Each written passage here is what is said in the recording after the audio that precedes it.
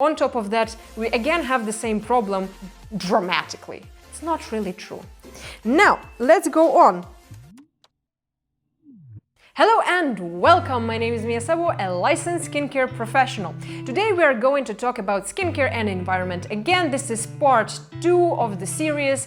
Part 1 is right here. If you have never seen it before, do make sure to go and see it first, because there I talk about skincare ingredients that ruin the environment. I'm dead sure that right now in your bathroom there would be at least one product with an ingredient that I have mentioned in that episode, so go and watch that first if you haven't watched it yet. Today we are going to take a little bit different dimension of the problem, though. We are going to talk about packaging. So, packaging seems to be a little bit easier of a topic to talk about. Sure, I mean, there are many skincare ingredients out there that are not very good for the environment, but that must be a bit hard to find out. It indeed is. However, with packaging, just simply go plastic free, one would say, and that's it. It's actually not that simple and easy. Let me explain. So, first of all, let's see what substitutions to plastic packaging we have right now at the moment available. First and foremost, that would be glass. And right away we see the issue. It's either the glass is quite thick and heavy, and that would increase the cost of literally transporting it from place to place dramatically, and we, of course, not everybody can pay extra money for the glass. Now, if the glass isn't heavy, isn't thick though, it will break, and again, that will cause issues of it breaking in your bathroom, but also breaking during delivery, and again, that would put the cost quite up. Another problem is that whatever the glass packaging is, it typically would require some kind of top, a cap to close it out so that it's more or less protected from the air and the environment, doesn't flow out, etc. And that part would still be typically plastic or with plastic, say metal with a plastic inlay. That again is very, very, very hard to recycle. So glass, not necessarily the best. Then let's look at metals. Sure, we can use different kinds of metal jars, but again, there is a problem that glass doesn't have. Metal can come into chemical reaction with some of the skincare. And for that reason, we either again have to put plastic inside the inside of the actual jar to protect it, or we would really have to add extra plastic somewhere else. Basically, not really the greatest either. On top of that, we again have the same problem where the top would need to have plastic for it to close and not leak out. Then we have the next possible alternative, which is paper. Yeah, sure, just all do carton and paper. Then again, it's a problem because we cannot put everything in a paper without it leaking through. Again, plastic comes into play. Or at the same time, if we all stop using plastic right away for our skincare and start using the trees for it, the paper, the deforestation that is already huge all over the world, it would become even worse. We wouldn't be able to produce enough trees right away to cover the entire sphere. So again, that's not the best issue. Then there are also biodegradable plastics, and without doubt, that is the future. However, right now, biodegradable plastics are pretty expensive, and most companies would have problems with the delivery.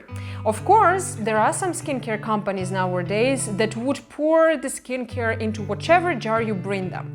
The problem with that is, though, your jar may be clean, mainly not very clean. It really depends on how you treat it. Many skincare companies wouldn't really get into that. Yet again, in the huge jar, the amount of air in there would also be pretty significant and could cause the skincare to deteriorate quite fast, especially that some ingredients are very sensitive to exposure to air.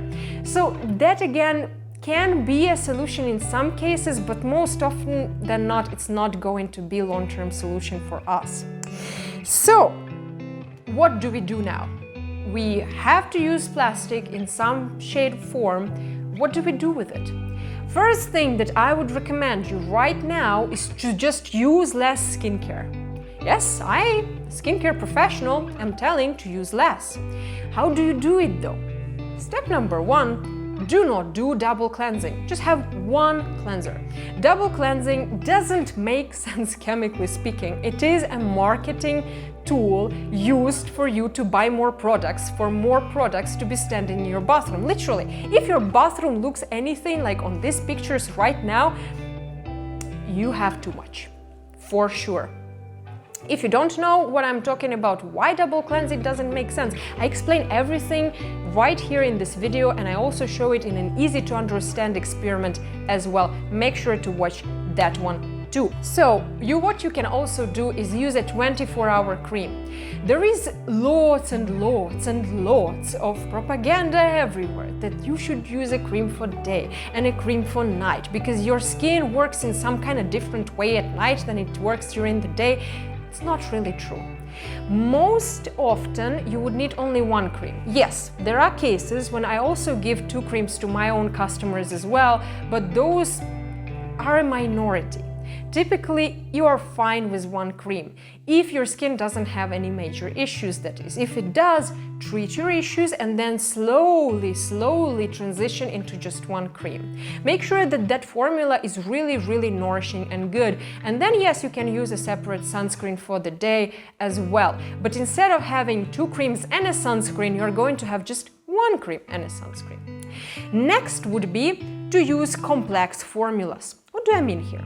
Right now, it's very fashionable to produce 1, maximum 2 ingredient serums. They are everywhere. And then I see it over and over in different groups, forums where people talk together about skincare and they show their skincare, collections. They literally are collections. There are like more than 5 serums at once. Normally, you don't need that. Normally, you would need 1, maybe 2 serums with nice complex formulas that cover it all. Not only is it better for your environment, it's also much better for your pocket. Together with just one cream, just one cleanser, it's really saving up your money, and then you can invest into better quality of products as well. Another important thing that I would like to mention, please do check if the packaging has labels that say that this packaging can be recycled. Not all plastics can be recycled, so please pay attention to that as well. Of course, if recycling is available in your area, I know it's not available all over the world. Next, what we can do is definitely less packaging overall. Look, if your cream comes in a jar that comes in a carton box that has a paper inlay with all different languages, and then on top of that there is a plastic film, that's too much. Modern regulations allow for all of that intricate information to be available online, and then you don't have to have all of these extra layers of packaging. I actually like and prefer to work with skincare companies that do not produce this extra packaging whatsoever. And yes, it is very true. Of course, during transportation, they can get a little bit scratched here and there, but hear me out. It's not preventing the formula from working right. Let's not discriminate against a little bit tiny scratches on the packaging, and let's just all really turn direction. If this is a serum, it should just come in a serum, and that's it. It doesn't need extra. And above all, of course, if recycling is available in your area, please do turn to recycling as well. It's very beneficial for our environment if you do so. Though pay attention that most of the times you would need to pull the actual product apart. If it has a pump, it probably is not recyclable. You also would need to wash the plastic before you put it into the recycle bin. Basically, look through the local regulations and adhere to those when you are recycling. This will help the products being actually recycled instead of just laying somewhere on the landfills at the end of the day. I hope this helps. Please let me know in the comments down below if I should do any other videos on this topic, if it interests you. And definitely, if you have watched so far, put that like or dislike if you have known everything and this video wasn't useful to you whatsoever. I need to know that as well. Also, please subscribe to this channel. It's young, it really needs your help. and you will be able to see my content, because you see, algorithm prioritizes big channels, not small channels like myself, and chances are high, if you don't subscribe, you never see me again. That being said, stay on in your heart and in appearance, and I will see you in the next video. Bye!